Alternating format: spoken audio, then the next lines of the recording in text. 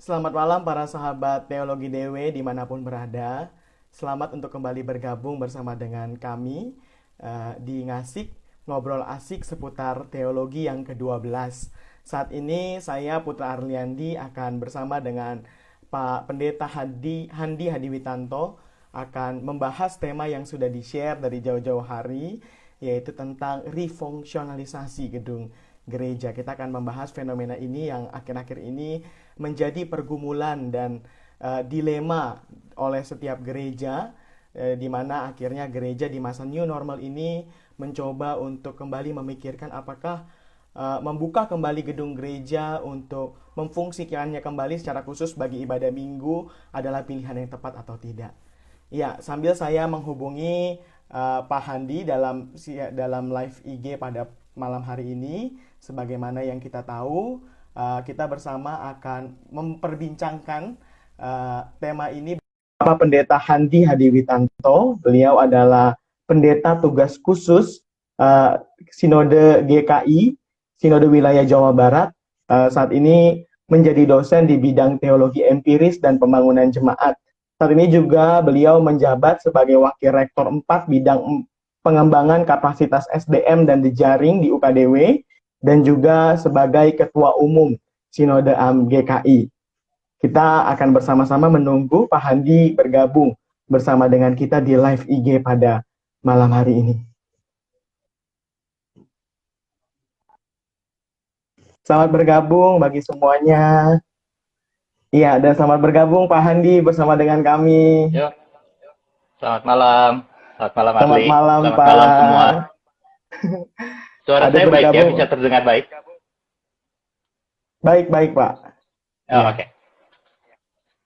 Iya, sudah bergabung bersama dengan kita nih beberapa mahasiswa dan juga dosen, Pak. Kelihatannya. Bapak mungkin ada yang kenal, sapa-sapa dulu. Ya, salam semua aja yang gabung. Jadi udah lama kita nggak ini ya, Pak, Saya- tur pelayanan, perwalian. Loh, kok jadi bawa perwalian ya di sini? Iya, Bapak, Soalnya kalau sebagaimana... nggak biasa membaca ini loh, membaca cepat ini loh, apa yang muncul itu. Tadi saya baca sudah Aban, apa kabar? Aban udah lama sekali nggak ketemu. Tapi Iya, benar. teman-teman lain salam juga, nggak kebaca semua soalnya. Selamat malam. Iya, Pak. Bapak, sebagaimana tema kita pada malam hari ini nih, Pak, ngomong-ngomong tentang new normal. Ya kan Pak? Nah, sebenarnya kan terhitung 1 Juni 2020 setelah PSBB berakhir di beberapa kota, akhirnya pemerintah menggunakan terminologi new normal untuk menandakan sebuah masa di mana kita semua diminta berdamai dengan COVID-19 karena prediksinya virus ini akan terus bersama dengan kita dalam jangka waktu yang cukup lama. Nah, kalau dilihat-lihat kembali nih Pak, secara khusus kan sebenarnya terminologi ini atau masa ini kan awalnya ditujukan secara khusus bagi bidang ekonomi karena dampak ekonomi waktu itu cukup besar saat PSBB. Tapi akhirnya masuk masa new normal, hal ini membuat gereja-gereja memikirkan kembali terkait dengan refungsionalisasi gedung gerejanya secara khusus terkait dengan ibadah hari Minggu. Nah, untuk itu pertama-tama pertanyaannya begini, Pak.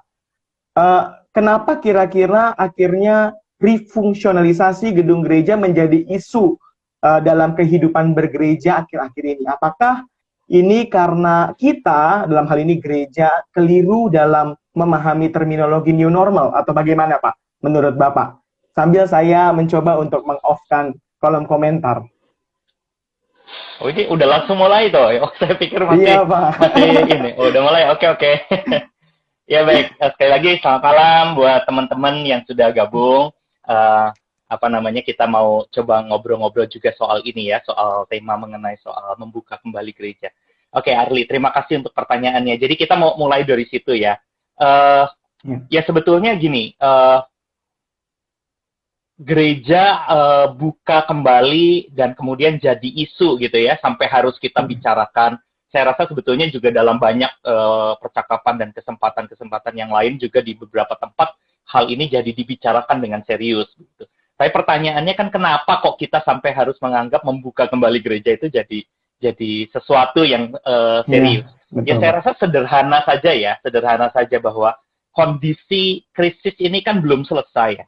eh, kondisi krisis ini sendiri kita masih belum pasti menanganinya, masih belum pasti tingkat dari orang yang tertular juga masih sangat tinggi. Kalau saya tidak salah ingat kemarin itu 2.600 ya positif Iya, dalam betul, satu Pak. hari. Tertinggi, Pak. Eh, Iya. rekor rekor terbaru lagi. Saya punya sepupu yang memasang daftar berapa orang di Amerika tertular hari ini, berapa orang di negara tertentu tertular hari ini, dan Indonesia. Dan dia selalu bilang, lihat nih, Indonesia sedang mencoba mengejar negara-negara lain. Jadi yang sudah jauh lebih banyak, tapi Indonesia dengan pasti terus makin tambah. Jadi kondisinya kan masih belum pasti. Ya ada orang yang mengatakan bahwa ya sekarang jadi banyak yang ketahuan begitu ya karena memang mulai dites secara lebih banyak. Tapi kita juga tahu bahwa jumlah yang dites dan di mana ditesnya, apakah sudah cukup apa merata dan apakah itu lalu nanti akan diteruskan dengan kondisi yang melandai gitu ya istilahnya kurvanya Iya. orang-orang lalu mulai menjadi lebih kan tidak juga gitu kondisinya itu sekarang ini masih sangat sangat kalau boleh dikatakan ya bahasa awam lah ya saya juga awam kalau secara medis Iya. ya masih rentan gitu. Nah di tengah situasi ini kan macam-macam isu lain ya yang muncul politik sorry kalau politik mungkin saya nggak terlalu tahu tapi ekonomi terutama yang lalu mulai dibicarakan dan akhirnya orang harus bertahan dan lalu muncullah istilah new normal di dalam konteks ekonomi meskipun barangkali banyak juga orang yang bermasalah dengan itu. Meskipun kita juga mengerti ya. Nah, pada saat yang bersamaan lalu akhirnya jadi ikutan nih gitu ya semua. Kalau begitu ya udah gereja juga gitu. Iya, Nah betul, kan Pak. kalau kita ngomong PSBB itu kan juga nggak sama di setiap tempat. Ada yang jalan, ada yang nggak pakai PSBB. Yogyakarta nggak pernah ada PSBB kalau kita sadari dengan baik. Ada yang mulai menjaga lagi dirinya, ada yang mulai membuka lebih longgar dan segala macam. Nah, di dalam kondisi ini saya mau menyampaikan dan membayangkan bahwa kondisinya tuh masih belum terlalu pasti gitu loh untuk banyak hal ya. Masih ada banyak sekali pertanyaan-pertanyaan yang belum terjawab. Makanya saya ingat minggu lalu tuh kan Pak Yahya di bagian-bagian akhir kan mengingatkan kalau soal gereja buka kembali itu gereja harus banyak tanya, harus banyak informasi dan jangan salah tanya gitu. Dan yang rasanya paling kompeten adalah ahli-ahli pandemi ya, orang-orang yang memang mengerti bagaimana pandemi itu muncul dan bagaimana mengatasinya dan seterusnya, hal-hal seperti itu. Nah, jadi kenapa ini jadi isu? Menurut saya ya karena rasanya kita mesti ada dalam sebuah kesadaran bahwa membuka gereja ini bukan sekedar karena yang lain buka kita buka gitu. Iya, Ya, betul, saya Pak. ingat sekali waktu ngasik yang berapa lama lalu itu yang saya mimpin tentang Liquid Church, saya sempat bilang bahwa kalau kita ini membuka gereja bukan karena misalnya kita sirik sama mall gitu. Ya pernah beredar di WA group itu ya, mall buka, pasar buka, masa gereja kalah loh.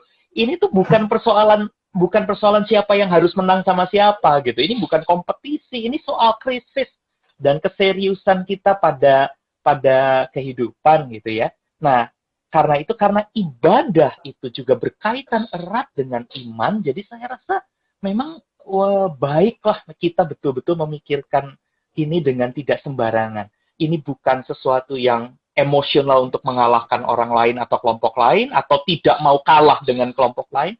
Ini juga bukan sekedar soal ikut-ikutan, ini bukan sekedar soal bahasa pragmatis banyak sekali muncul ya.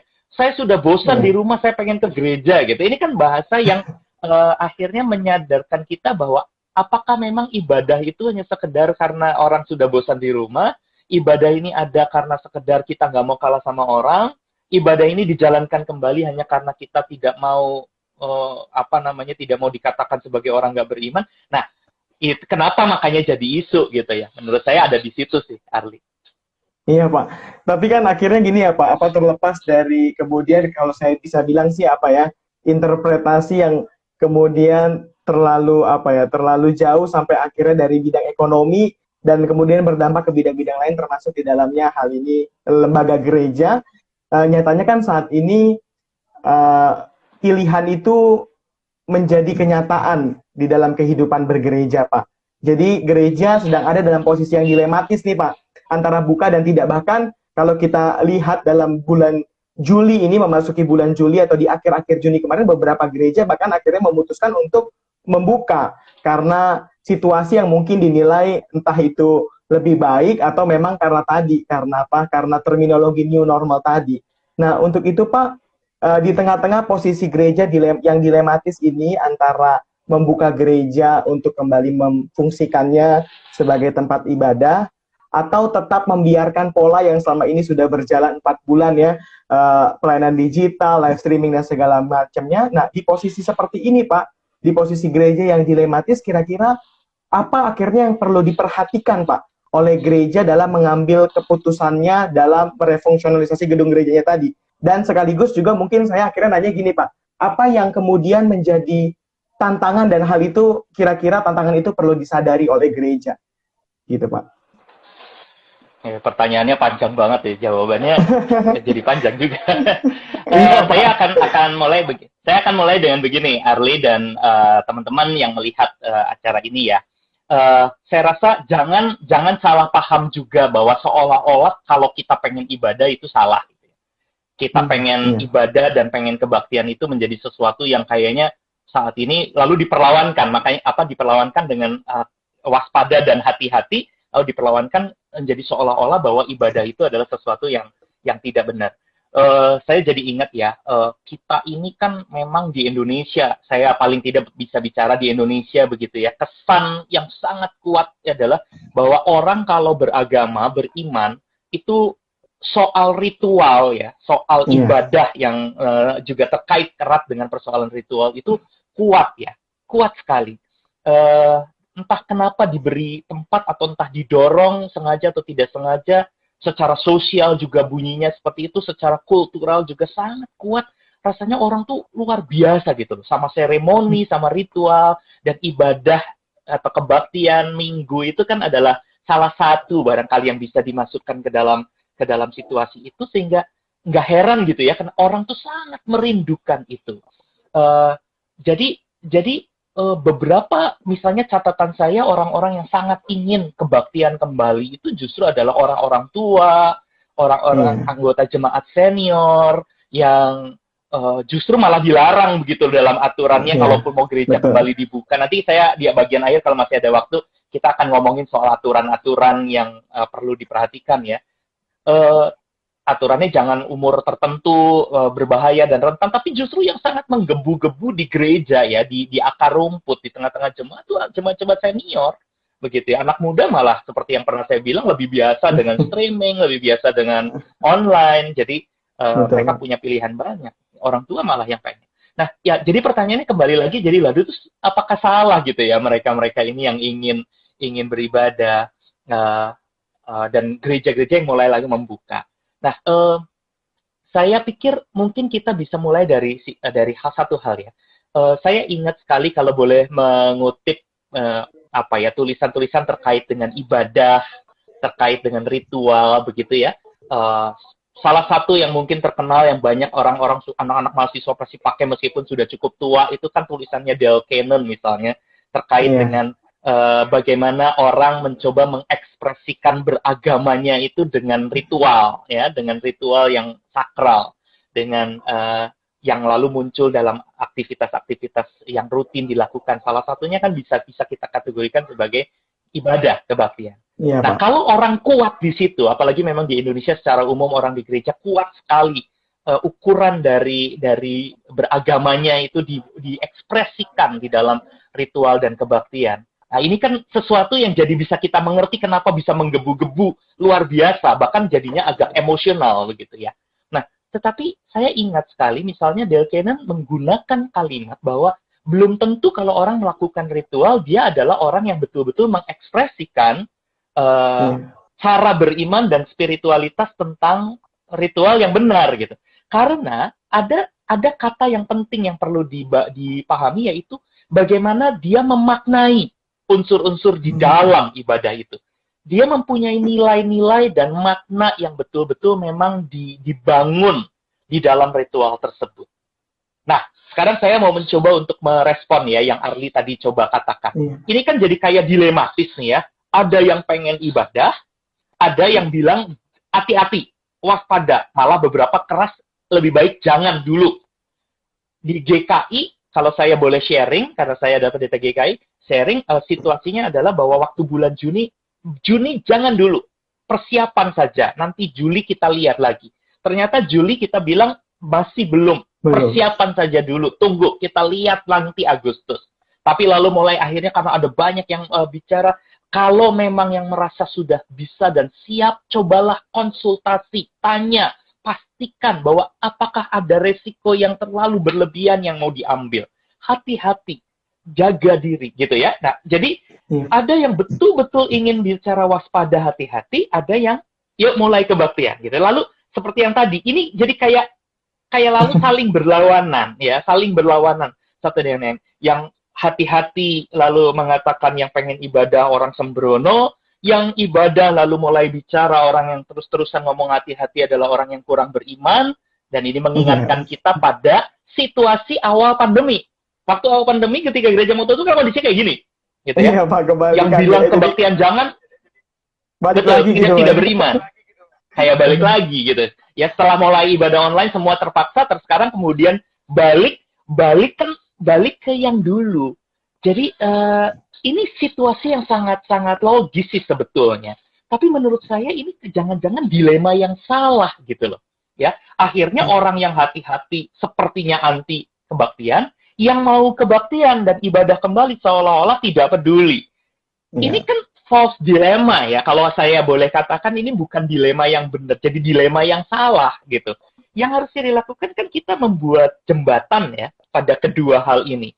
Nah, saya rasa ini jadinya percakapan kita memang bukan sekedar soal boleh buka atau tidak boleh buka secara teknis.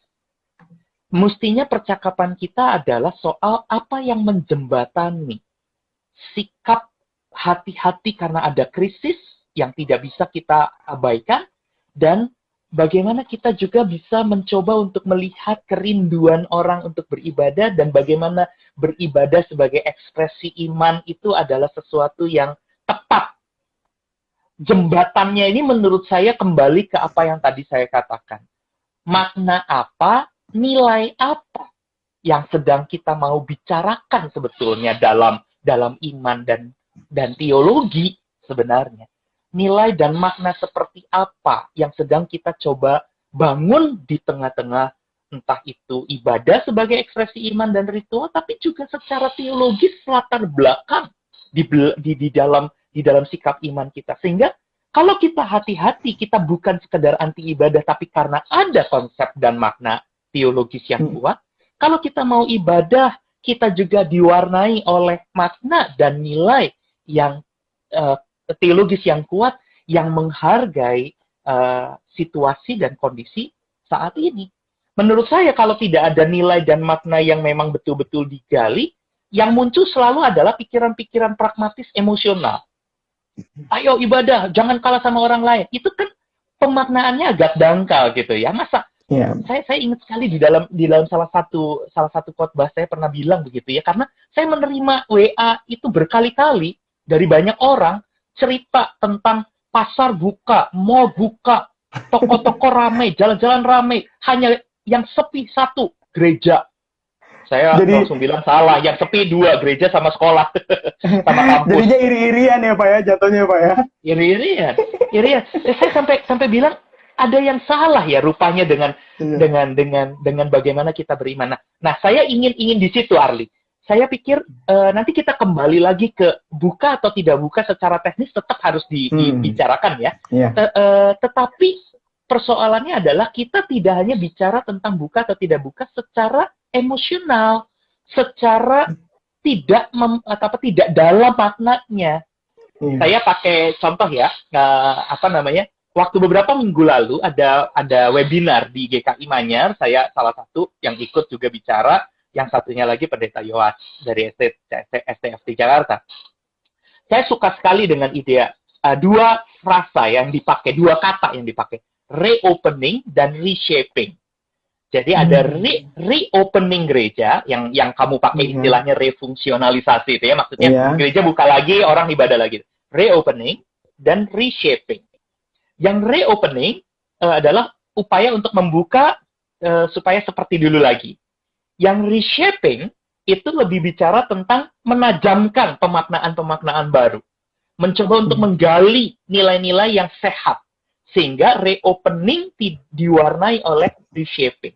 Tapi pada saat yang bersamaan, kita juga mencoba untuk mereshaping di dalam konteks ketika kita mencoba untuk melihat dan membuka gereja.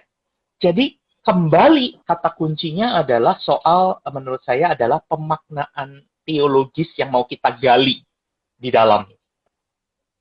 Dengan kata lain, sebelum akhirnya memutuskan untuk milih refungsionalisasi gitu Pak ya, membuka atau menutup atau mungkin membentuk ulang di masa new normal ini pola-pola kehidupan bergereja kita dipanggil untuk berefleksi sejenak gitu ya, melakukan refleksi teologis terhadap keputusan tersebut. Nah, untuk itu Pak, mungkin akhirnya pertanyaannya jadi gini Pak, apa yang perlu direfleksikan sebagai gereja Pak? Apa hal-hal nilai-nilai teologis atau nilai-nilai etis juga di dalamnya yang perlu direfleksikan Pak oleh gereja di masa-masa ini ketika mereka mencoba mengambil keputusan? Ya. Oke, saya mencoba menjawab pertanyaan Ali ini dengan sharing ya, tentu tidak bisa terlalu panjang. Tapi saya pikir saya perlu mau men-sharingkan supaya kita bisa menangkap makna dari sekian banyak makna dan nilai yang bisa kita gali. Ini salah satu barangkali yang bisa dan baik untuk kita sama-sama bicarakan. Waktu saya mau mempersiapkan acara ini, kemudian saya mencoba untuk melihat di sana sini apa ya yang betul-betul memang relevan untuk kita bicarakan, dan kemudian saya sampai di titik di mana barangkali saya perlu mencoba untuk melihat lagi teologi bencana, teologi tentang alam, teoekologi, karena barangkali ini bisa memberikan kontribusi yang menarik. Nah, di tengah-tengah saya mencoba untuk melihat di sana-sini, bukunya tidak semua ada, lalu saya pinjam. Salah satu saya pinjam buku dari Bu Tabita nih. Salah satu yang kemudian lalu membuat saya, ya wah ini menarik jadinya. Tapi tulisannya lama sebetulnya, tanpa sengaja. Bukunya juga nyari acak gitu, dan nggak sengaja. Tapi bukunya kalau saya sharing ya, kalau Bu Tabita nonton, tahu betul nih. Karena ini buku menarik. Saya tahu nulisnya, Mary Elizabeth Moore, salah seorang teolog pendidikan Kristiani, dia menulis buku Ministering with the Earth. Jadi melayani bersama-sama dengan bumi, dengan alam ciptaan yang ada di sekitar kita. Saya lalu jadi asik kemarin-kemarin itu membaca beberapa bagian tulisan lama, tahu sebetulnya di tahun 98-an kalau saya tidak salah. Lalu diwarnai juga oleh banyak informasi-informasi yang lain. Nah, saya mau sharing begini, dari hasil baca dan berefleksi itu ya. Salah satu yang barangkali membuat kenapa ya, apa ya yang membuat kita tidak emosional gitu loh waktu bikin ibadah. Waktu kita mencoba untuk merefungsionalisasi lagi gedung gereja atau mereopening gedung gereja. Apa yang bisa membuat? Dan kenapa kok orang seringkali juga hanya berpikir tentang dirinya dan kadang-kadang nggak peduli, pokoknya ibadah dan sebagainya. Di tengah-tengah pertanyaan-pertanyaan itu dan proses saya membaca beberapa literatur, lalu saya sampai pada dua ide yang menarik di dalam teologi. Yaitu satu, yang pertama adalah ide yang agak tradisional. Saya mungkin istilah ini tidak persis tepat, tapi saya menyebutnya sebagai teisme tradisional. Jadi cara memandang Allah yang agak tradisional. Allah pencipta, ada di satu posisi besar begitu yang tinggi, melampaui semua hal, dan ada manusia, dan manusia yang mau tunduk kepada Allah, manusia harus betul-betul mencoba untuk membangun relasinya dengan Allah. Dan itu lalu berkembang sedemikian rupa, akhirnya kadang-kadang mengerucut ke sikap yang agak individual di dalam hubungannya dengan Allah. Pokoknya saya mencoba untuk taat kepada Allah sebagai orang yang saleh di hadapan Allah, karena Allah begitu besar dan bisa menghukum saya. Begitu ada bencana, maka langsung asosiasinya adalah, wah, ada yang berdosa, apakah saya, apakah orang lain. Jadi kondisinya tuh begitu, ya. Kondisinya tuh ada dalam sebuah relasi yang jauh, yang hierarkis, ya, yang kadang-kadang jadi individualis, Dan akhirnya karena manusia butuh sekali mencoba untuk menyelamatkan dirinya, ada di posisi yang aman, ada diberkati Tuhan gitu, lalu dia berusaha untuk mencari Tuhan. Hubungan semacam itu.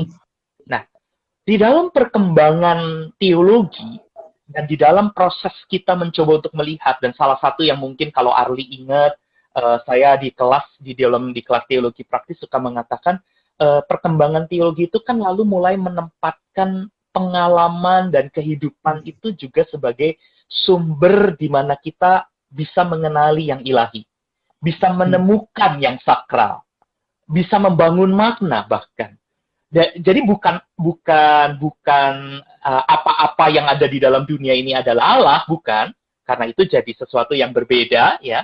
Tapi bahwa kita bisa menemukan pemaknaan yang sakral, bahkan menemukan dan mengalami yang ilahi di tengah-tengah kehidupan, di tengah-tengah hubungan dengan orang, di tengah-tengah hubungan dengan alam, yang kalau mungkin ingat, biasanya bahasa teknisnya lalu bicara tentang panenteisme. Jadi di tengah-tengah berbagai macam hal itu, kita bisa mengenali dan mencoba untuk merasakan, mengalami yang ilahi. Nah, kalau disederhanakan ya, dua hal ini kan jadi agak berbeda ya. Yang satu itu menjadi sangat hierarkis dan menjadi kadang-kadang lalu mengerucut ke sangat individual.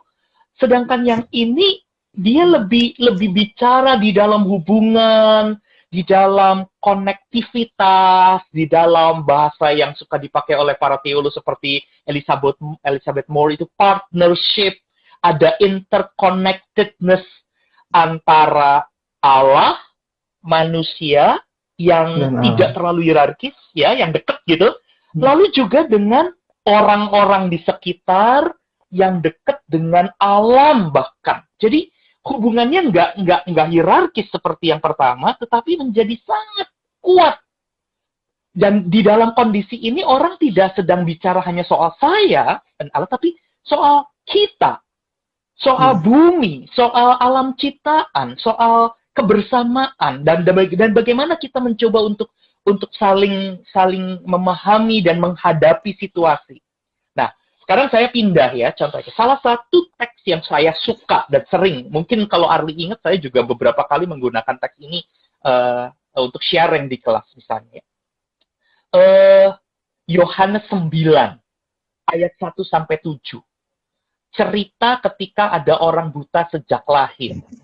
Yang Tuhan Yesus lewat sama para murid-muridnya, lalu muridnya bertanya, itu lihat dia berkata ada orang buta, dan kenapa orang itu buta? Itu karena dosa siapa? Dosa orang itu atau dosa orang tuanya? Mari perhatikan, konteksnya adalah soal hukuman, soal dosa, begitu ya. Lalu tanpa sadar sebetulnya dalam cerita itu menarik, begitu dosa, lalu dia mulai mengukur diri dan bukan saya yang dosa, ini orang itu atau orang lain yang dosa. Dan kemudian segera ada upaya untuk membuat itu jadi outgroup. Ya, ini adalah soal ada orang buta, ini soal dosa, dosanya itu adalah dosanya bukan saya, itu orang lain.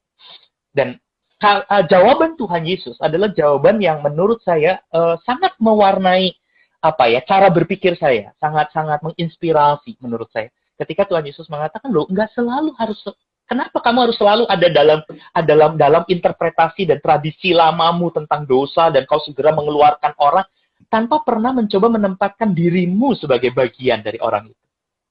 Nah, karena itu Tuhan Yesus selalu bilang, ini bukan soal dosa dia, bukan soal dosa orang tuanya, tapi supaya pekerjaan-pekerjaan Allah dinyatakan, dan pekerjaan-pekerjaan Allah yang dinyatakan itu di dalam Injil Yohanes kan adalah ketika Tuhan Yesus mencoba untuk mengajak para muridnya bekerja seperti Tuhan Yesus menghadirkan cinta kasih, menghadirkan keadilan, menghadirkan kehidupan. Jadi saya membayangkan bahwa kalau teologi kita itu adalah, atau gambaran tentang Allah yang kita hidupi adalah Allah yang melampaui segala sesuatu, tidak salah sih, tetapi membuat kita menjadi dingin dalam beriman. Jadi kita hanya bicara tentang diri kita dan pribadi kadangkala, atau kelompok kita sendiri. tapi tidak dalam koneksi dengan orang lain. Padahal di dalam teks seperti yang tadi saya ceritakan, Tuhan Yesus sendiri mengajarkan kita untuk ada di dalam konektivitas, di dalam hubungan dengan bumi. Injil Yohanes kalau masih sama Yohanes 17 kan bicara begitu ya, seperti Bapa mengutus aku, kata Tuhan Yesus, aku juga mengutus engkau, mengutus para murid yang dibaca gereja untuk ikut mengerjakan pekerjaan-pekerjaan di bumi, di dunia ini. Dan itu berarti adalah soal hubungan-hubungan dengan orang lain. Jadi ada sebuah konektivitas yang kuat. Nah, saya tidak mau bicara tentang teoikologi karena mungkin tidak langsung ada sambungannya pasti, tapi bukan di sini tempatnya barangkali. Tapi paling tidak di dalam relasi dengan umat manusia yang lain. Nah, kalau ibadah itu dijalankan tanpa pemaknaan untuk membangun kepedulian pada orang lain, kepedulian pada kehidupan, saya rasa kita miss dengan makna ini. Karena kalau kita menghidupi sikap teologi bahwa kita ini adalah orang-orang yang menyambut Allah, dan Allah itu sendiri ada di tengah-tengah kita, dan ia ingin pekerjaan ilahi yang penuh dengan cinta kasih itu ada di sekitar kita, dan kita adalah bagian dari orang lain, jangan dong bikin out group, in group. Tapi kita harus bicara bahwa kita semua adalah satu di dalam in group, umat manusia, ciptaan Tuhan. Dan ketika ada krisis, ada pandemi, ada sebuah persoalan kemanusiaan yang besar, kita jangan bilang, saya nggak kena, kamu yang kena. Karena itu saya nggak apa-apa. Gitu. Itu kan sikap egois yang sangat tidak relevan dengan sikap yang ditunjukkan di dalam konteks konektivitas. Begitu. Ya. Ada sebuah kesadaran untuk bahwa, loh, kalau kita mau ibadah, kalau kita mau menyatakan iman kita, makna dan nilai yang penting untuk kita coba bangun itu kan adalah bahwa saya dan orang lain, saya dan yang sakit, saya dan yang kerja keras di rumah sakit, saya dan banyak orang yang lemah, itu mau betul-betul barengan ada bersama-sama. Dan yuk kita sama-sama coba pikirkan. Nah, kalau makna kayak gitu kuat, maka entah itu ibadah jalan atau masih belum jalan, sekali lagi, itu adalah sebuah persoalan yang bisa kita putuskan secara teknis, tapi kita akan mewarnai dengan dasar itu, gitu loh. Ya. Kalau di tengah-tengah situasi yang masih sangat kritis, lalu kita main buka saja tanpa peduli, tanpa protokol di satu daerah, saya tidak sebut, saya mendengar sebuah gereja ketika PSBB dilonggarkan, lalu langsung buka gedung gereja tanpa protokol. Betul-betul sikap tidak peduli dan tidak bertanggung jawab. Bahkan protokol sederhana pun tidak dilakukan. Ya, nanti kalau sampai tes acak, lalu ketemu yang sakit, ditutup lagi, lo jadi kayak tidak bertanggung jawab gitu loh. Jadi kayak main-main. Makanya kemarin kami sedang menyebarkan propaganda, meskipun tidak bisa ditayangkan di sini, tapi kalau nggak salah nanti Ali bisa masukkan ke deskripsi ya. Ada YouTube rekaman pendek, memang konteksnya GKI, tapi beberapa orang mencoba untuk merumuskan sebuah sikap teologis, membuka ibadah kembali, itu adalah memelihara kehidupan bersama. Bukan tidak peduli pada kehidupan bersama. Beribadah adalah memelihara, bukan meniadakan, bukan tidak atau mengabaikan orang lain. Jadi saya tidak mau diperlawankan pada dilema bahwa seolah-olah kalau buka ibadah adalah sebuah sikap yang salah. Enggak ada yang salah dengan itu, tapi menjadi salah ketika ibadah itu tidak mau diwarnai oleh makna yang serius seperti tadi, interconnectedness tadi, konektivitas dengan banyak orang, dan bagaimana kita tidak hanya sekedar berpikir itu teologi sikap teologis tentang hukuman ya, orang berdosa dan tidak berdosa itu bisa kejam banget loh, bisa jadi kejam banget. Saya ingat sekali dulu ya waktu tsunami di Aceh, itu tiba-tiba orang bisa dengan gampang saja mengatakan syukurin. Bayangin, ratusan ribu orang meninggal hanya dalam waktu sekian jam, bisa tidak menyentuh perasaannya sampai hanya mengatakan syukurin. Tuhan sedang membalas. Itu kan sikap yang kejam kejam luar biasa. Loh, Tuhan Yesus mengajarkan kita untuk mengasihi bahkan musuh kok. Lah ini malah mensyukuri dan membenarkan sikap kejam, tidak peduli. Ya, kenapa sampai kayak begitu? Ya karena kita tidak mengkoneksikan diri kita dengan orang lain. Dan kita hanya menganggap bahwa saya punya hubungan satu arah aja dengan Allah gitu loh. Saya sendiri yang memegang kebenaran itu. Dan konsep seperti ini akan hilang, akan dilawan lah paling tidak. Dan orang mau mencoba mencari makna, memahami sesuatu dengan lebih luas dan dalam, hanya karena dia hanya bisa ketika dia menempatkan diri sebagai bagian dari ciptaan Tuhan bersama ini, bukan sebagai yang di luar, apalagi yang lebih benar dan lebih suci. Nah, menurut saya salah satu yang mungkin saya sharingkan adalah hal itu. Kalau kita mau bikin ibadah, atau kalau kita mau membuka kembali ibadah, atau lebih luas, bukan cuma ibadah, kalau kita mau mencoba melakukan reshaping pada sikap iman dan teologi kita, karena di tengah-tengah krisis ini menjadi kesempatan yang baik.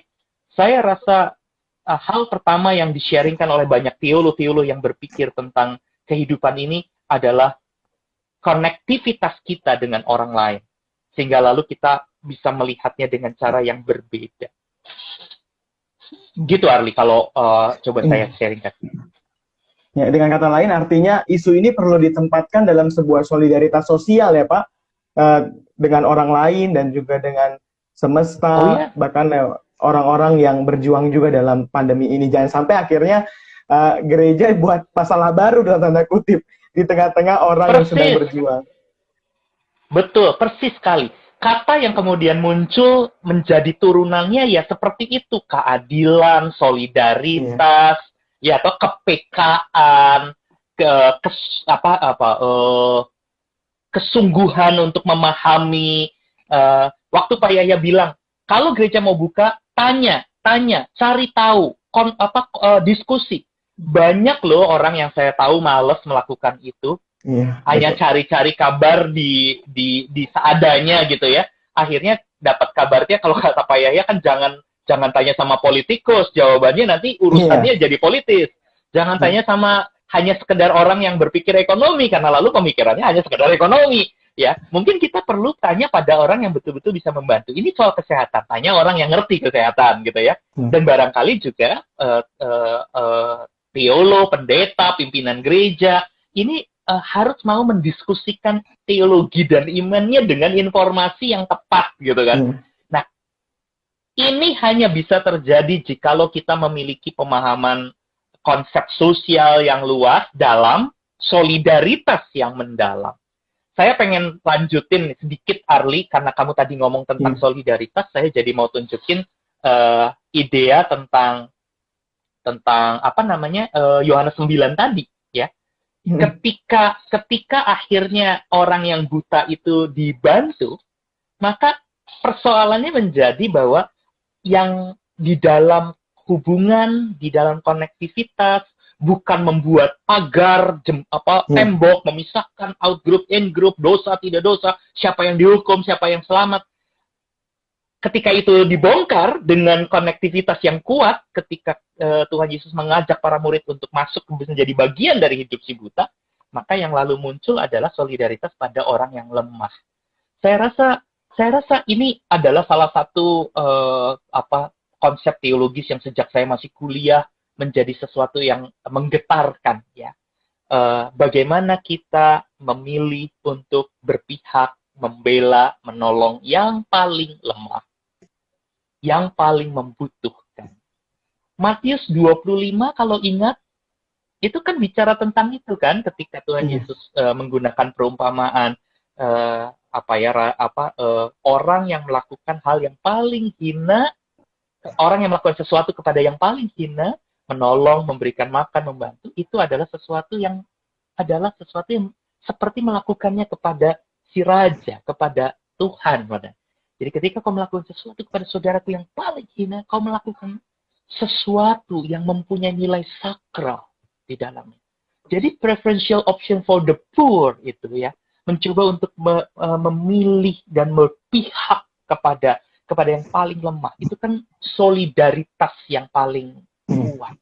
Dan itu muncul ketika kita nggak diwarnai oleh sikap individualis, tidak peduli, dan hanya peduli pada diri kita sendiri dan Tuhan.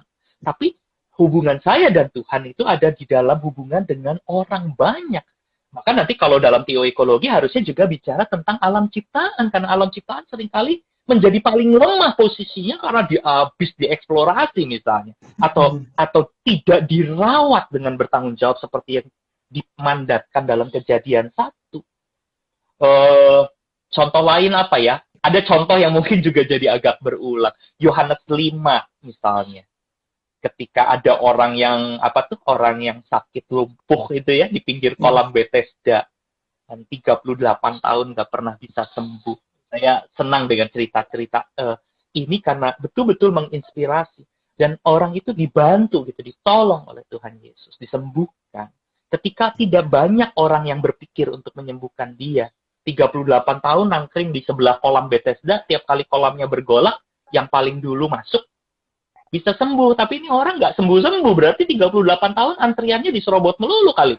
Gitu ya. Ada orang yang lebih kuat yang mungkin menang terus begitu, dan dia tidak pernah menang. Ketika dia ditolong meskipun Tuhan Yesusnya mau dibunuh, malah mau dianiaya oleh ahli Taurat, oleh orang-orang yang tidak suka, tapi Tuhan Yesus menunjukkan itulah pekerjaan yang aku mau perjuangkan. Yohanes 5 ayat 17 ya. Bapakku terus bekerja dan aku mau terus bekerja. Itu konteksnya adalah di dalam Tuhan Yesus membela tindakannya. Saya akan terus bekerja. Dan apa yang dikerjakan? Memperjuangkan cinta kasih kepada mereka yang paling lemah. Nah, kalau ini jadi teologi yang mendasari iman dengan luas, dan kita mau melakukan reshaping sebelum kita reopening, dan mungkin kalau reopening kita juga akan sadar tanggung jawab kita untuk melakukan reshaping, saya pikir menjadi menarik gitu loh, ya. Kita menjalankan nilai agama kehidupan beragama dan iman kita, termasuk mungkin melaksanakan ibadah kembali kalau situasinya sudah memungkinkan, tapi karena kita betul-betul mempunyai nilai tentang memperhatikan orang-orang yang lemah. Pak, saya mencoba untuk membuka kolom komentar supaya para warganet saat ini bisa bergabung bersama dengan kita dalam diskusi pada malam hari ini. Jadi bagi para warganet, boleh siapkan pertanyaan atau tanggapan untuk sama-sama kita diskusikan pada malam hari ini. Sambil gini Pak, saya tertarik dengan kata Bapak, terminologi yang Bapak pakai, yang kemudian mengutamakan reshaping ketimbang sekedar reopening yang hanya bersifat pragmatis gitulah dalam tanda kutip gitu. Nah, tadi kan kita udah tahu bersama nih Pak, kalau misalnya persoalan ini kemudian jadi isu karena beberapa hal yang telah menjadi pola sebelum pandemi ini. Misalnya soal tadi pertama, soal bagaimana akhirnya data tidak terlalu dianggap penting oleh gereja. Gereja terus hidup dalam asumsi atau data ya mungkin data pribadi gitu ya, nggak memperhitungkan yang lain. Atau yang kedua tadi Pak, soal juga ibadah. Ya, bagaimana sebelum pandemi ini kita terbiasa melihat kehidupan beriman seseorang atau kuat tidaknya komunitas itu dari ibadah. Seberapa sering orang ibadah, seberapa banyak orang ibadah itu jadi patokan kadang. Nah, untuk itu Pak, ketika akhirnya sekarang beberapa gereja mungkin saya lihat sih berat hatinya terus menutup gereja itu karena tadi Pak yang dominan lebih ke ibadah gitu, lebih ke ritual, hal yang bersifat ritual. Nah, kalau tadi pakai kata Bapak reshaping, untuk itu di tengah-tengah isu refungsionalisasi ini, kan kita tahu juga bersama kalau ibadah belum sepenuhnya juga bisa terlaksana, paling tidak hanya ibadah hari Minggu. Nah, gimana reshaping, bagaimana reshaping itu kemudian diaplikasikan gitu Pak, dalam konteks ibadah umat gitu, walaupun kita nggak akan sampai jauh ke teologi ibadah ya Pak, tapi paling nggak mungkin Bapak bisa kasih sedikit pandangan terkait hal itu. Artinya sebetulnya kalau misalnya ini menjadi sebuah pemikiran kan berarti di sebelum kita mencoba untuk membuka gedung gereja kembali dan melakukan dan membuka ibadah-ibadah ini, ya sebetulnya kita semua anggota jemaat, entah secara pribadi maupun secara komunal, disiapkan oleh gereja untuk ya mengingat dan mempertajam kembali pemaknaan-pemaknaan ini. Begitu ya, bahwa kita itu punya nilai-nilai dan makna teologis yang betul-betul harus dikuatkan dan dipahami tentang kehidupan, tentang kemanusiaan. Nah, salah satu yang misalnya kemudian kita coba lakukan dengan mengirimkan video pendek, karena sekarang orang lebih cepat lihat video atau melihat infografis ya, ketimbang tulisan panjang-panjang begitu. Lalu kita mulai bikin video, dan nanti kalau teman-teman mau mencoba untuk melihat di video itu, kita terus bicara beribadah adalah memelihara kehidupan, beribadah bukan tidak peduli pada kehidupan. Ya, ini adalah bagian. Jadi sekarang kita mulai mencoba untuk mungkin bukan hanya sekedar reopening secara emosional, tetapi sebelum reopening kita menyiapkan pemikiran-pemikiran. Para pimpinan punya tanggung jawab untuk menajamkan itu kembali. Ya, menurut saya ya ini tanggung jawab ya. Gimana caranya, macam-macam melalui persiapan-persiapan, pembinaan-pembinaan, pemahaman-pemahaman, upaya untuk menyebarkan informasi sekuat mungkin. Jadi proses reshaping dalam pengertian mengingatkan kembali kita tentang apa sih yang seharusnya dilakukan oleh orang beragama, itu nanti akan mewarnai kebijakan membuka kembali gereja dan ibadah. Tapi kebalik juga berjalan sebetulnya, Arli, dalam pikiran saya ya. Ketika orang lalu memulai ibadah, tentu dengan semua kesadaran bahwa ini bukan emosional. Yang saya mau lawan itu adalah melakukan dan membuka kembali ibadah hanya sekedar pragmatis gitu loh. Ya tadi itu ya, emosional, nggak mau kalah, hanya sekedar bahkan tidak peduli, bahkan lebih diwarnai oleh kondisi di mana hanya dia berpikir bahwa saya nggak ngalamin, saya nggak apa-apa, saya nggak dihukum Tuhan, orang lain, makanya saya mau ibadah. Nah, itu kan jadi nggak benar gitu ya. Makanya yang penting adalah sebuah upaya dulu untuk menajamkan pemahaman-pemahaman, untuk kemudian mengingatkan kembali. Ya, ini adalah acara kita seperti ini kan salah satu sebetulnya untuk terus-menerus mencoba menyebarkan nilai dan makna untuk melakukan proses penajaman-penajaman, paling tidak mengingat kembali apa-apa yang penting secara kritis. Nah, tapi saya juga mau mengatakan kebalik juga bisa berjalan sebenarnya. Dengan segala tanggung jawab, kita mulai membuat ibadah. Nah, sekarang reopening kita dengan sebuah kesadaran bahwa di dalam gereja yang kembali beribadah, kita melakukan reshaping. Jadi tadi reshaping memoles reopening, lalu kemudian juga mengarah kepada upaya-upaya melakukan reshaping.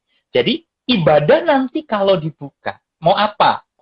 Ya, nanti sekali lagi kita akan kembali di paling akhir mungkin peraturan-peraturan secara teknis ya. Tapi kalau kita kebaktian nggak mulai dibuka, kita tahu salah satu peraturannya nggak bisa penuh-penuh, gitu ya, diatur. Berarti masih ada banyak ibadah alternatif yang harusnya tetap disiapkan online ataupun dengan cara-cara tertentu. Jadi ini belum normal. Tapi ini kan bukan hanya sekedar, kita seneng karena gedung gerejanya sekarang ada orang lagi, seperti tadi Ali bilang. Ukurannya kan jadi salah gitu loh. Ukurannya sekedar orang masuk di dalam gedung gereja, apakah dia memaknai dirinya dengan cara yang tepat? Delphine sudah mengingatkan itu. Belum tentu itu adalah spiritual dan cara beragama yang benar kok. Ketika orang melakukan ritual, ketika dia tidak sadar pada makna. Nah, karena itu barangkali salah satu yang perlu untuk melakukan reshaping adalah bahwa kalau ibadah mulai buka, ada nggak yang mikirin tema dan kurikulum yang mau disampaikan pada masa COVID ini, dalam pandemi ini, tema yang terarah dan cukup terukur, misalnya menuju kepada sikap seperti apa, manusia yang bagaimana. Di tengah pandemi ini masih banyak orang berpikir bahwa ini soal dosanya si anu, dosa kelompok itu. Ada yang lebih parah lagi, menyalahkan etnis tertentu. Waktu awal-awal itu saya tidak bisa paham. Tapi ini pemahaman-pemahaman yang beredar gitu. Kalau ibadah buka, oke. Kalau dengan pemaknaan, maka ini bukan juga hanya soal memikirkan konsep yang abstrak, tapi sekarang mulai mengerucut ke konkret. Mungkin gereja perlu bikin tema. Jadi ibadahnya tematik dan terukur di dalam konteks ini. kita bicara tentang kemanusiaan, kita bicara tentang konektivitas, kita bicara tentang apa itu bencana dan krisis, kita mulai menggali dan membuat pandangan kritis tentang hukuman, bagaimana kita memahami dosa dan penebusan, seperti itu. Saya membayangkannya dengan cara bahwa kita perlu memikirkan hal-hal yang implementatif. Jadi saya setuju, Arli, ujungnya oke, kita perlu makna, tapi berarti harus ada strategi kan ke arah untuk menajamkan makna. Tadi Arli ngomong data ya, sedikit saya mau ngomong data. Dalam rangka kita belajar ini ya, sebelum kita atau sepanjang kita mulai membuka lagi ibadah, jadi saya tidak membayangkan bahwa hanya soal sebelum ibadahnya buka kembali kita belajar, tapi setelah kita buka kita juga belajar. Makanya tadi ya reopening, reshaping-nya bolak-balik begitu. Dan kita akan terus mencoba untuk belajar menajamkan.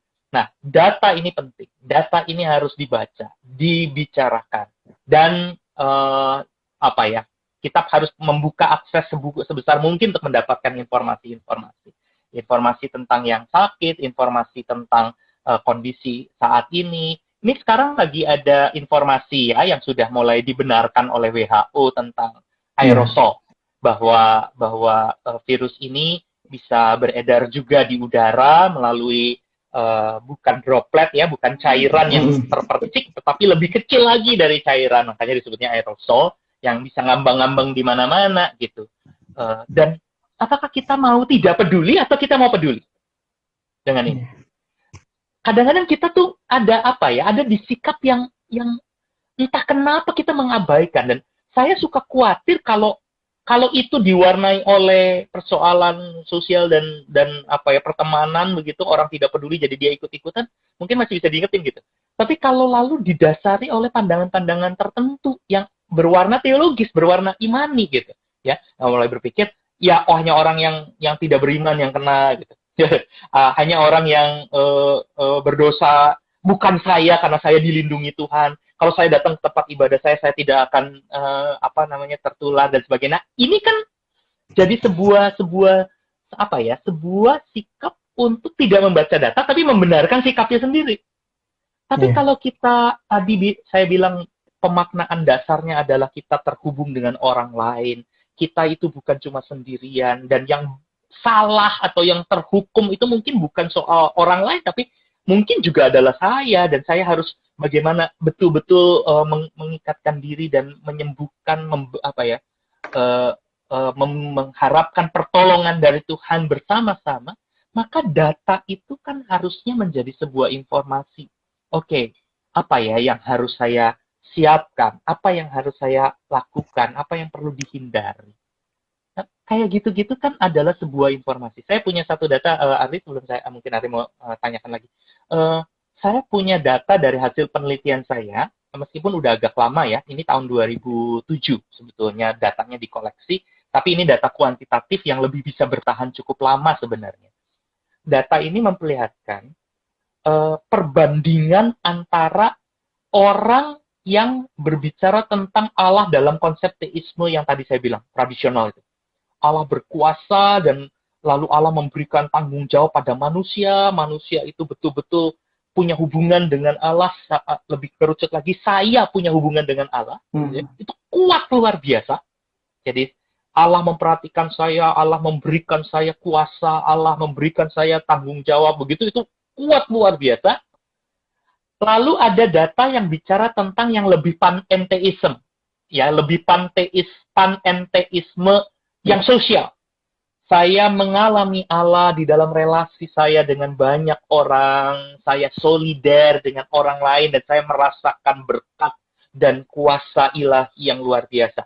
Dua data ini sama-sama disetujui sebetulnya oleh responden saya. Saya punya responden sekitar 1.400 waktu itu, para mahasiswa, sama-sama setuju, tapi keduanya ini punya perbedaan yang signifikan ketika saya analisis. Dan yang lebih kuat itu adalah soal konsep Allah yang tradisional tadi. Ketimbang idea bahwa saya mengalami Allah di dalam hubungan dengan orang lain. Interpretasi saya adalah kita Jadi tidak heran kenapa orang kalau urusan ibadah dan urusannya ke pribadi bisa kenceng luar biasa dan dia bisa mengabaikan idea dalam relasi dengan orang lain meskipun sebetulnya itu dikehendaki juga oleh Tuhan.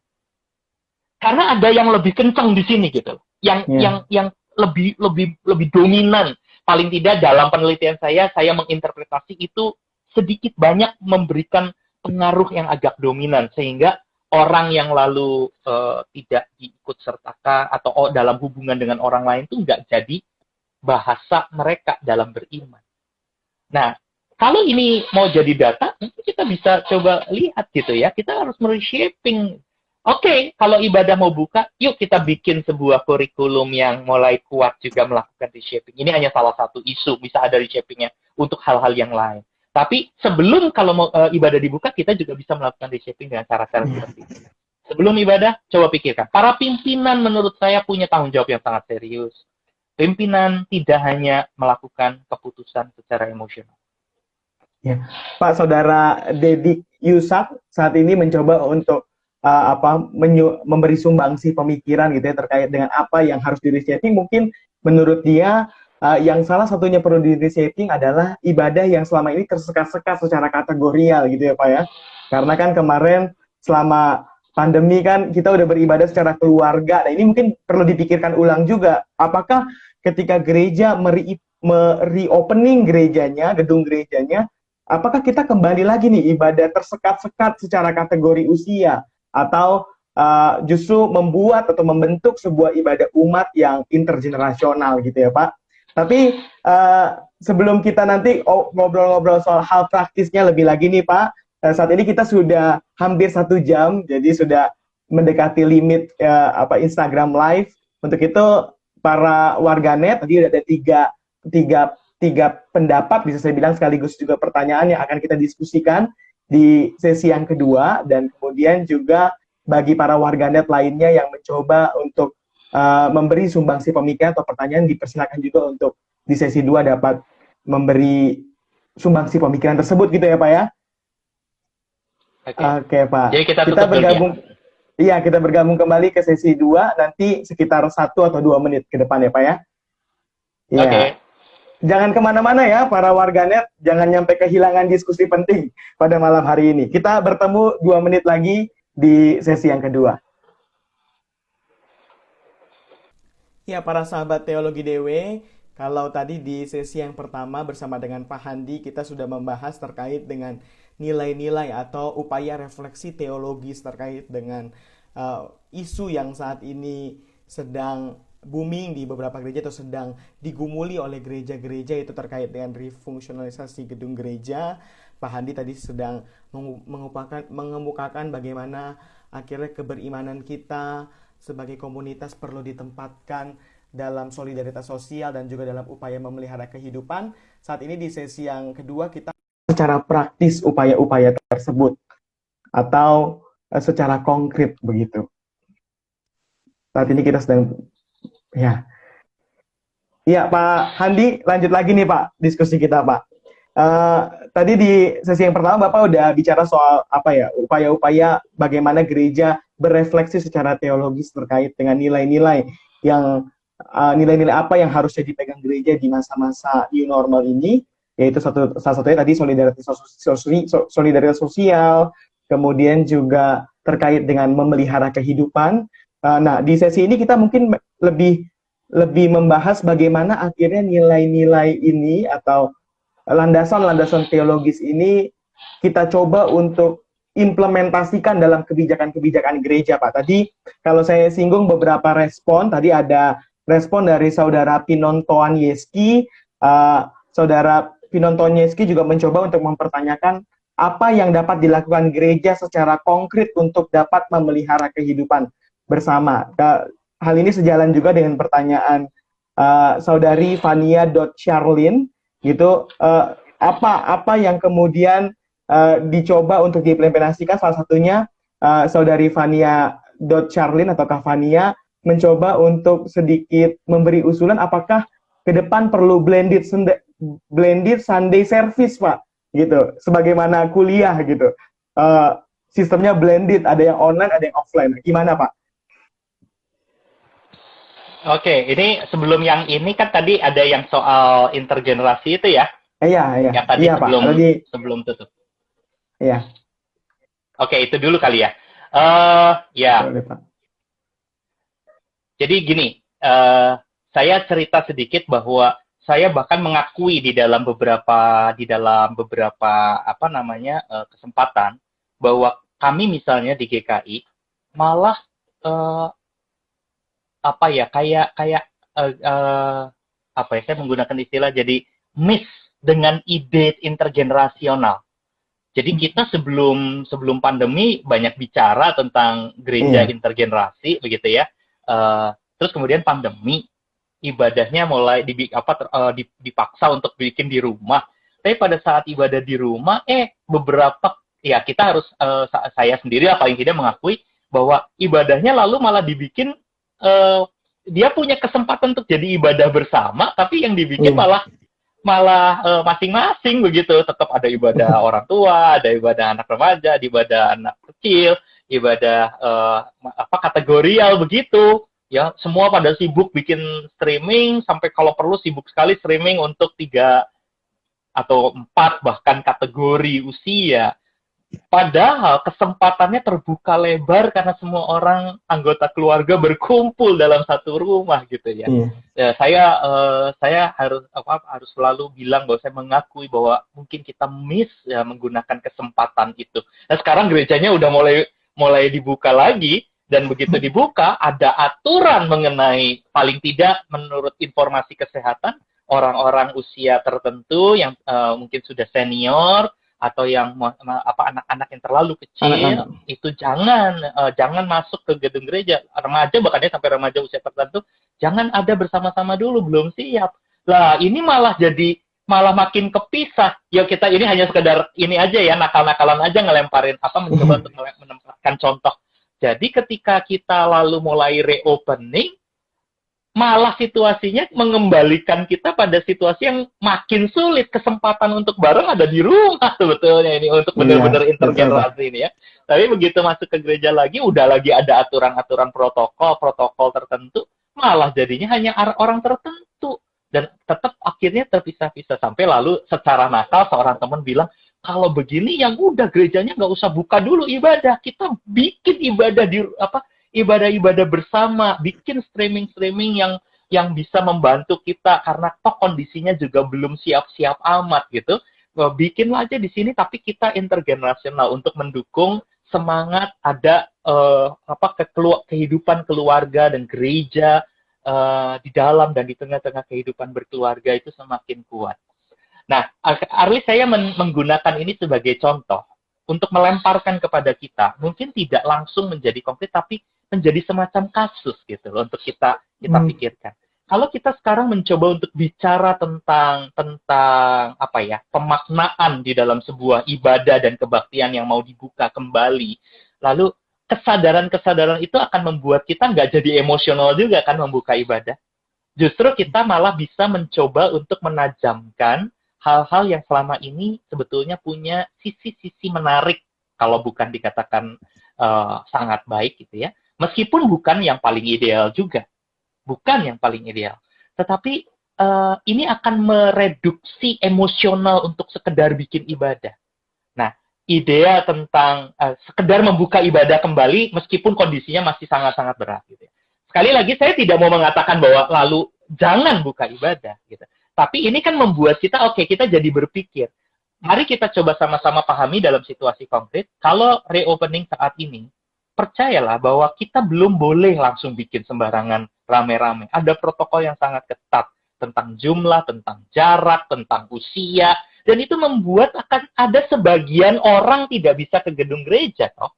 Dan jangan-jangan sebagian orang itu kalau pakai bahasa saya yang tadi dalam refleksi, yang paling lemah di dalam kehidupan gereja. Iya.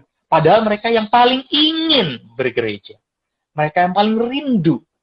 Apakah gereja melakukan sesuatu untuk situasi ini? Memikirkan. Jadi, sekedar emosi membuka gedung gereja tanpa mencoba untuk melihat banyak hal, kan jadi aneh. Nah, kalau semangat kita memperhatikan yang lemah, ada hubungan, kita bukan bicara tentang pribadi, bukan cuma emosional, tetapi pemaknaan, relasi bersama, ini kan akan membuat keputusan kita tuh tidak jadi keputusan yang hanya sekedar, ya buka gitu. Tapi keputusan yang ada di dalam sebuah pertimbangan-pertimbangan dan kreativitas. Jadi, misalnya, barangkali kalau gedung gerejanya memang sudah mulai dan bisa dibuka kembali, kita tahu justru ada kelemahan luar biasa, karena ternyata hanya orang sebagian yang bisa, begitu. Apa mau dibikin kebaktiannya makin sering, itu juga mungkin merepotkan dan tidak mudah juga karena harus didisinfektan terus-menerus, itu salah satu protokolnya. Lalu kita mulai berpikir secara lebih kreatif, malah ada yang kelupaan kemarin. Selama yang streaming ini justru kita bisa mencoba menyapanya dengan cara yang lebih bersama, bukan cuma sebagian. Saya rasa teman-teman yang mengajar dan sangat mendorong kehidupan bergereja yang lintas generasi setuju dengan situasi ini. Jadi ada kreativitas baru. Jadi jangan dibikin jadi selalu pertentangan ya antara buka tidak buka, tetapi kesadaran-kesadaran, pemaknaan-pemaknaan dan nilai-nilai itu lalu membuat kita mereduksi emosi, mereduksi sikap yang pragmatis, mencoba menumbuhkan kreativitas, mencoba memikirkan ini dan itu. Semacam itulah ya kira-kira yang coba disampaikan untuk soal intergenerasi. Dan saya setuju banget, intergenerasi adalah salah satu isu. Terus kalau yang terakhir-terakhir itu tadi tentang apa ya, mencoba untuk mengimplementasi nilai-nilai tersebut. Nilai dan solidaritas di tengah-tengah kehidupan bergereja.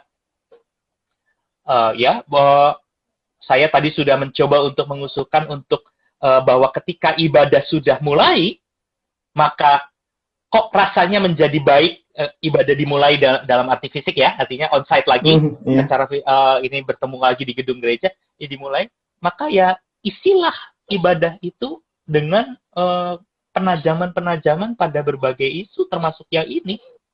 Apakah kita mempunyai solidaritas, apakah kita lalu membangun diri bukan hanya sekedar Allah memperhatikan saya, tapi bahwa Allah ada di tengah-tengah orang yang saling memperhatikan. Karena kalau benar data saya dan masih bunyi ya pada saat ini tentu kita bisa kritis bahwa ternyata orang sangat kuat bicara tentang Allah memperhatikan saya, tapi tidak cukup kuat berbicara mengenai bahwa saya dalam hubungannya dengan Allah harusnya adalah hidup bersama-sama dengan orang lain. Nah, kalau ini adalah sesuatu yang adalah situasi, berarti ibadah-ibadah kita dan kehidupan menggereja kita, pembinaan-pembinaan kita mestinya mencoba untuk menajamkan kembali hal-hal ini di tengah-tengah gereja. Yang terakhir kalau soal kayak, kalau begitu sekarang di dalam rangka bentuk ibadahnya mau gimana nih? Mau apakah blended saja, campur-campur kalau sudah jalan? Nah, menurut saya kreativitas dan hal-hal yang bisa kita pikirkan gitu ya untuk tapi apapun modelnya, apapun metodenya, apapun aktivitas gerejawinya, mau itu adalah ibadah, mau itu pembinaan, mau itu adalah aktivitas persekutuan tertentu, yang jadi poin dalam pembicaraan kita kan adalah isinya apa dan membentuk orang, mendidik iman dan spiritual anggota gereja ke arah mana. Blended atau tidak blended, kalau itu tidak membantu orang, bukan sekedar bicara Allah memperhatikan saya, dan mendorong bahwa kita bisa berpikir bahwa kita hidup dalam sebuah solidaritas dan persekutuan bersama dengan umat manusia, ya nggak akan ada dampaknya juga. Sekarang ini ya dengan mungkin kita bilang reopening tidak lagi terlalu luar biasa, anak muda malah sekarang sudah senang sekali dengan model online seperti ini karena gampang. Dan saya sudah pernah mengingatkan pada waktu yang lalu bahwa bahaya terbesar saat ini adalah konsumerisme kan. Jadi orang hanya ingin menikmati tontonan. Orang sangat kagum pada yang didengar, tapi kadang-kadang bukan kesungguhan untuk membangun spiritualitas terbuka yang kritis misalnya. Lah kan berbahaya. Jadi ini isu lain ya tentang metode dan bagaimana kita menghadirkan pelayanan, saya rasa. Tapi apapun bentuk dan model ibadah, mengimplementasikan ini berarti kalau yang saya segera pikirkan secara spontan saat ini adalah masuk pada kesadaran dan kesungguhan tema di dalam kita menjalankan apapun aktivitas gerejawi kita. Di samping protokol kesehatan yang tentunya harus dipatuhi ya Pak ya, bagaimana kan sinode-sinode mungkin atau persekutuan gereja-gereja di Indonesia udah memperlengkapi kita dengan protokol kesehatan yang ada, itu juga perlu dipatuhi dalam rangka mengimplementasikan nilai-nilai yang tadi ya Pak. Ini implementasi yang paling konkret dan paling dekat ya.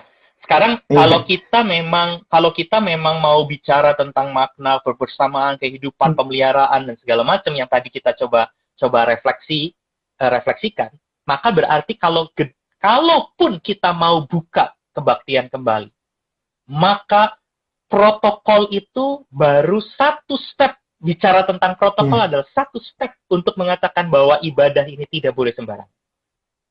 Karena kondisinya masih krisis. Lain soal kalau udah dibilang nol, tapi kan kata orang ini butuh waktu begitu ya, dan mungkin cukup lama.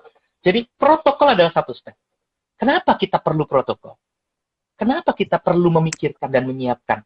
GKI menyiapkan selama bulan Juni dan Juli saat ini. 2 bulan saat ini masih dalam proses preparing. Siap nggak kita dengan protokol?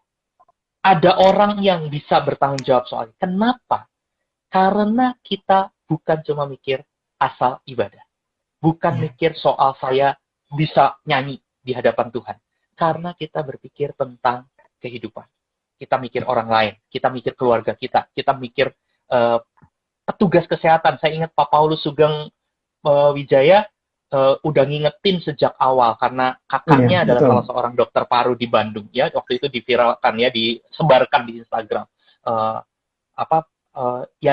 Bertanggung jawablah dengan hidupmu, karena itu menjadi beban yang berat buat orang lain gitu loh, gitu ya. Jadi ini bukan soal sebuah sikap tidak peduli. Nah, jadi protokol adalah satu step karena kita berpikir teologis tadi gitu, ada makna. Nah, protokol baru satu step. Protokolnya sendiri lalu apa saja? Hal kedua ya, dalam protokol yang saya rasa perlu kita pikirkan kalau kita membuat gereja adalah mari kita ingat kita perlu fase. Fase 1, fase 2, fase 3. Nggak bisa langsung tiba-tiba jebret main semua sama rata saat ini. Fase 1 ini mungkin butuh waktu berapa lama. Karena kita berbicara tentang ini di Indonesia, kalau 2000-an orang masih ketularan tiap hari kan, ya kapanpun kita bisa kena gitu loh, gitu kan. Ya, dan berarti kan tidak bisa sembarangan semua orang dibiarkan berkerumun, begitu kan. Nah, ada fase-fase. Lalu setelah itu, di dalam fase-fase itu, mungkin kita juga perlu sekali berbicara tentang tanggung jawab. Satu, tadi saya sudah berulang-ulang bicara, kurikulum. Apa yang mau kita bicarakan kalau gedung gereja dan ibadah itu mulai jalan, itu membantu nggak reshaping? Kalau kita nggak peduli pada apa yang mau dikhotbahkan, khotbah kebanyakan sekarang kalau saya perhatikan selalu bicara tentang penderitaan, bencana, pandemi, terus ngomongin itu. Tapi menurut saya kita perlu punya kesadaran bersama untuk bahwa ini betul-betul diarahkan gitu. Mengarah kemana, mau mencapai apa. Dan berarti kan bukan cuma mengulang-ulang tema yang sama tiap minggu gitu. Tapi kita perlu punya sebuah upaya untuk membuat sebuah pertumbuhan spiritual yang jelas. Yang lain-lain apa misalnya? Tanggung jawab untuk mengatur supaya misalnya orang yang masuk itu tidak bisa tereduksi. Kemungkinannya menulari orang, kemungkinan untuk cuci tangan lebih dulu, cuci tangan setelahnya, liturgi yang bertanggung jawab, mungkin tidak perlu terlalu panjang, tetapi punya sesuatu yang betul-betul memang memberikan makna, bukan hanya sekedar emosi untuk memaksakan semua hal di dalam liturgi. Termasuk sekarang diskusi tentang menyanyi atau tidak. Ya, kami sendiri masih mau memikirkan kalau di dalam konteks saya di GKI, apakah kalau ibadah mulai lagi kita nyanyi atau tidak. Di Eropa ada beberapa contoh gereja yang tidak pakai nyanyi ya, karena nyanyi itu berpotensi sekali menciptakan aerosol dan sangat mudah, makanya yang ketularan banyak dalam kelompok-kelompok kayak gitu ya, paduan suara, ya, kelompok orang yang berdekatan, gitu, yang ngomong. Berarti kan menyiapkan soal apa yang harus menjadi alat untuk membantu supaya orang tidak mudah menulari orang lain. Ada banyak hal, jadi satu fase-fasenya harus disiapin, lalu kegiatan gereja, aktivitas pelayanannya seperti apa, protokol kesehatannya, fasilitas pendukungnya, sistem tracing kalau ada apa-apa, tanda-tanda, kesepakatan untuk membuat ibadahnya modelnya bagaimana. Nah, menurut saya penyemprotan dan pembersihan ruangan yang berkala, sekarang kita juga mendengar ventilasi yang terbuka, jangan kalau bisa menggunakan air conditioner. Susah sekali ya beberapa gereja bahkan tidak punya ventilasi yang cukup karena sudah biasa menggunakan air conditioner. Nah, semua hal yang kayak begini-begini yang ada dalam aturan-aturan untuk pembukaan gedung gereja kembali harusnya dibaca bersamaan dengan kacamata tadi kan, tentang peduli, kehidupan, solidaritas, sehingga lalu kalau kita belum siap dan masih sulit, mungkin kita perlu kreativitas yang lain gitu.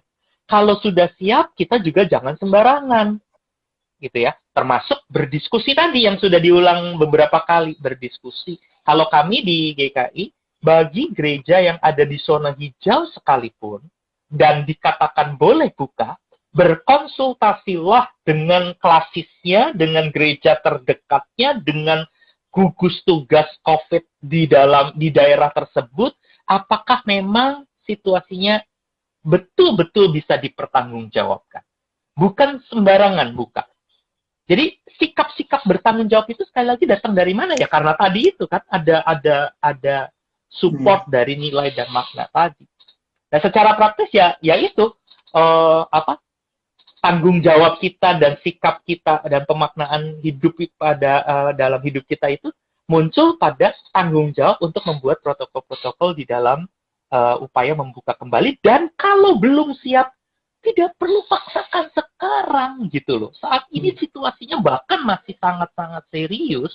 Memaksakan tuh untuk apa? Nah, kembali lagi kan ke pertanyaan pertama. Emosikah? Emosionalkah? Pragmatiskah? Tidak peduli-kah?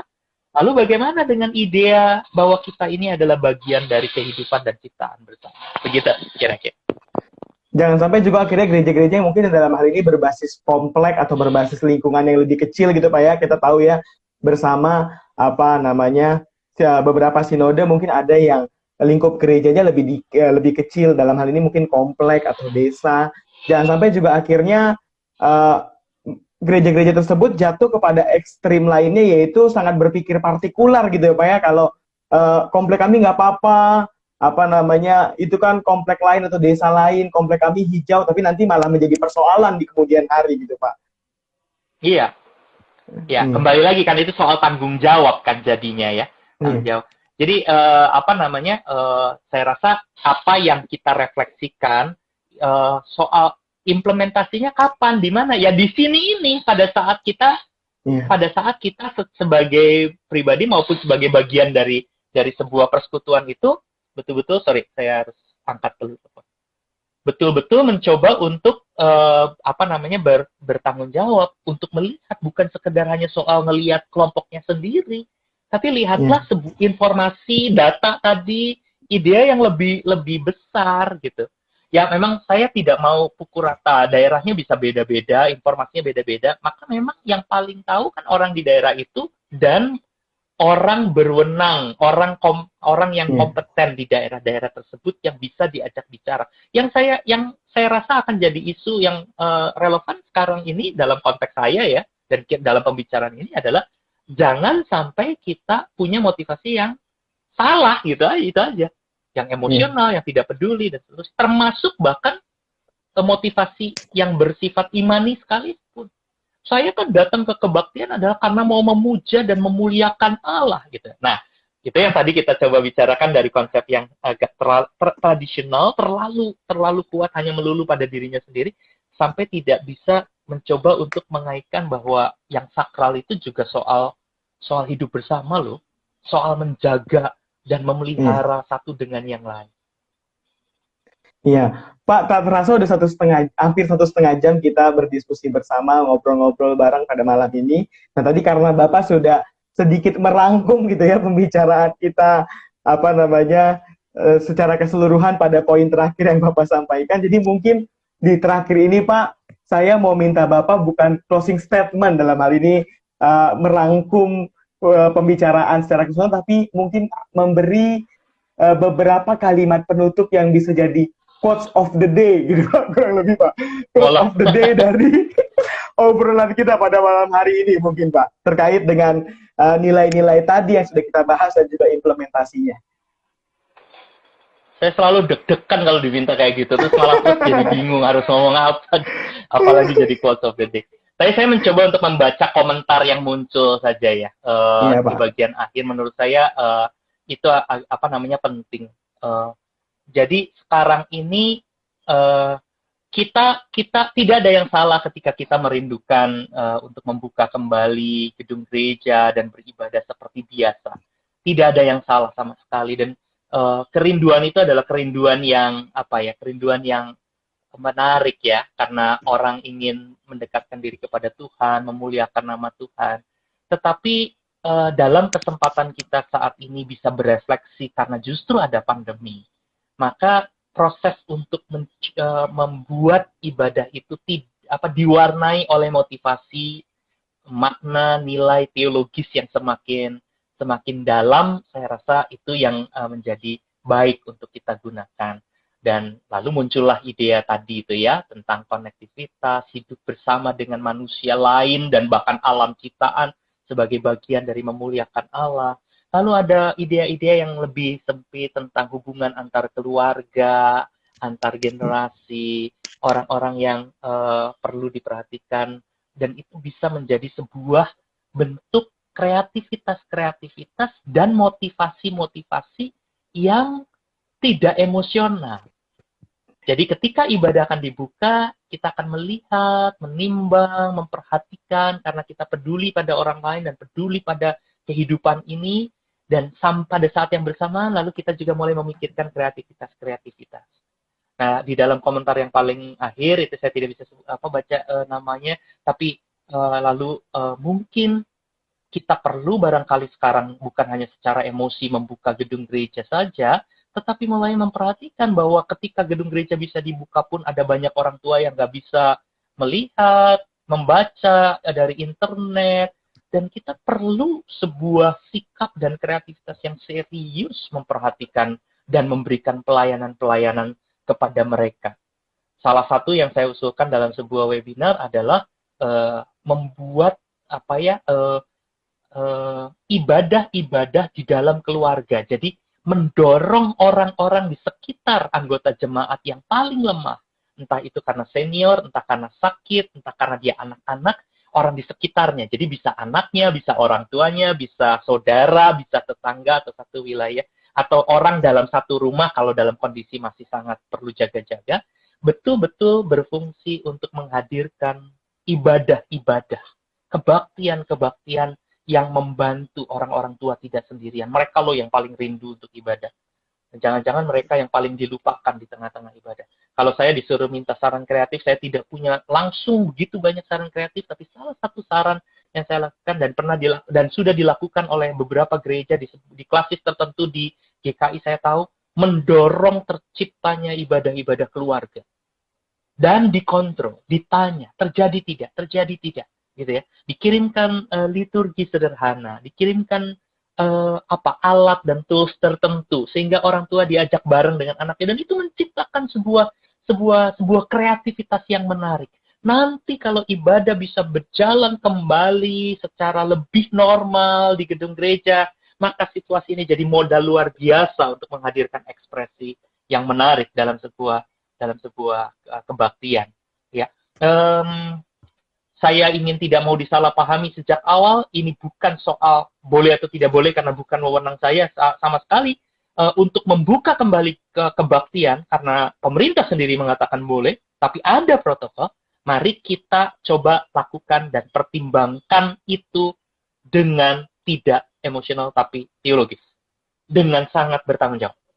Menurut saya itu yang paling akhir untuk menjadi penutup. Dan kalau belum bisa karena pertimbangan yang justru karena teologis itu, ya tidak usah buru-buru, tapi lakukan kreativitas yang mungkin sekarang ini sedang menunggu.